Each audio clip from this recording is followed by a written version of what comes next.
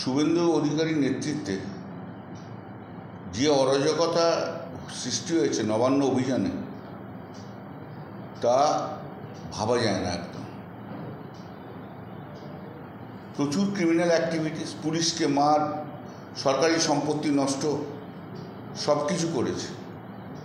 তারপর শুভেন্দু অধিকারী তো নিজে প্রভোগ করেছে আর খুব বিশ্রী বিশ্রী ভাষায় গালাগাল দিয়েছে। জাস্টিস রাজশেখর মান্থা একটা ব্ল্যাঙ্কেট ইন্টিম অর্ডার দিয়েছিল শুভেন্দু অধিকারীর ফেভারে, যাতে কোনো এফআইআর না হয়। আজ তারই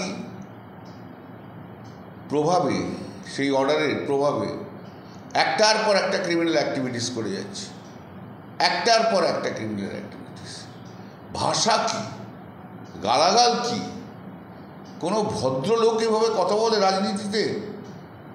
এদেরকে যারা এইসব পিক বলে, পিক সন বলে, এদেরকে ঝেঁটিয়ে বিদায় করে দিতে হয় পশ্চিমবাংলা থেকে, ঝেঁটিয়ে বিদায় করে দিতে হয়।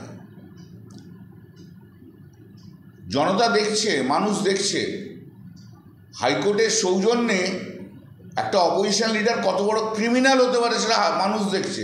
হাইকোর্টও দেখুক, তারাও দেখুক তারা কি কোন লোকটাকে ইন্ডালজ দিয়েছে। সমালোচনা তো সবাইকেই শুনতে হবে, তাদেরও দেখতে হবে।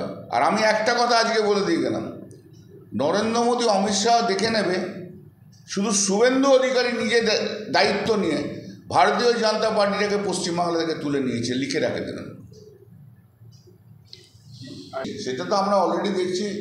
পার্টি থেকে একটা মামলা করা হয়েছে এটা নিয়ে, কালকে আছে মামলাটা, কালকে হবে 2 নম্বর কোর্টে মামলাটা। পার্টি থেকে মামলা করা হয়েছে, সেই মামলাও আমি দেখছি। দেখি মামলাটা হোক, তারপর কথা বলবো।